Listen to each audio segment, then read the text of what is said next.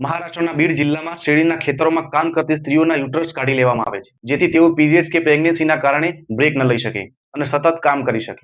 આમાંની ઘણી મહિલાઓની ઉંમર 25 વર્ષથી પણ ઓછી છે, જેમાં લગભગ 78,000 એટલે કે 50 થી 60% મહિલાઓ હોય છે, જેમની સાથે પ્રાણીઓ કરતાં પણ વધારે ખરાબ વર્તન કરવામાં આવે છે.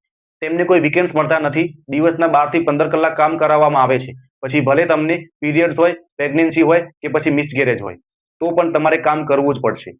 આ ખેતરોમાં એક યુગલ દંપતીની એક દિવસની કમાણી લગભગ 400 થી 500 રૂપિયા છે.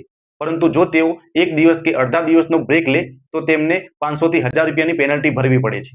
એટલા માટે આ મહિલાઓ કોઈ પણ સમસ્યા હોવા છતાં પોતાના માથા પર 20 થી 40 કિલો વજન ઉપાડીને દરરોજ કામ કરે છે અને પાછા જઈને આખી ફેમિલી માટે જમવાનું પણ બનાવે છે. અને ત્યાંની રહેવાની પરિસ્થિતિ એટલી ખરાબ છે કે પીરિયડ્સ આવે ત્યારે તેમણે કોઈ ગંદુ કપડું વાપરવું પડે છે, જેના કારણે તેમને વારંવાર ઇન્ફેક્શન થતું રહે છે. અને આ ખતરનાક પીડા છતાં તેમને કોઈ સ્ટીક લીવ નથી મળતી. ઉલટાનું તેમની ગરીબી, મજબૂરી અને અશિક્ષિત હોવાનો ફાયદો ત્યાંના ડોક્ટરો ઉઠાવે છે. જ્યારે આ મહિલાઓ ડોક્ટરો પાસે જાય છે ત્યારે તેમને કહેવામાં આવે છે કે આ પીરિયડ્સ અને પ્રેગ્નન્સીની સમસ્યા એક ઝટકે મટી જશે, એક નાની સર્જરી કરી નખાવો, અને જો તમે આ નહીં કરાવો તો આગળ જઈને કેન્સર પણ થઈ શકે છે. તો કેન્સરનું નામ સાંભળીને તેઓ ડરી જાય છે અને એવું પણ વિચારે છે કે જો આ પીરિયડ્સ બંધ થઈ જાય તો મારે રજા નહીં લેવી પડે, પૈસા નહીં ભરવા પડે, અને આ જ મજબૂરીમાં તેઓ આ સર્જરી કરાવી લે છે.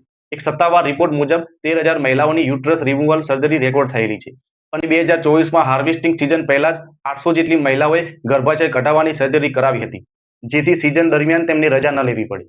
અને 1523 મહિલાઓ એવી હતી જેઓ પ્રેગ્નન્સી હોવા છતાં આખો દિવસ ઓન ફિલ્ડ કામ કરી રહી હતી. અને આસપાસ કોઈ હોસ્પિટલ ન હોવાને કારણે ઘણીવાર આ મહિલાઓને ખેતરમાં જ પોતાના બાળકને જન્મ આપવો પડે છે. તો હવે તમને સમજાશે કે મહિલા સશક્તિકરણ માટે અવાજ ઉઠાવવો પણ એક પ્રિવિલેજ છે, જે આ મહિલાઓ પાસે નથી. તેમને તો એનો અર્થ પણ નહીં ખબર હોય કે વુમન એમ્પાવરમેન્ટ શું છે. તો નેક્સ્ટ ટાઈમ તમને કોઈ નેતાજી આવીને મહિલા સશક્તિકરણનું જ્ઞાન આપે તો એના મોઢા ઉપર આ વિડીયો જરૂર ફેંકીને મારજો.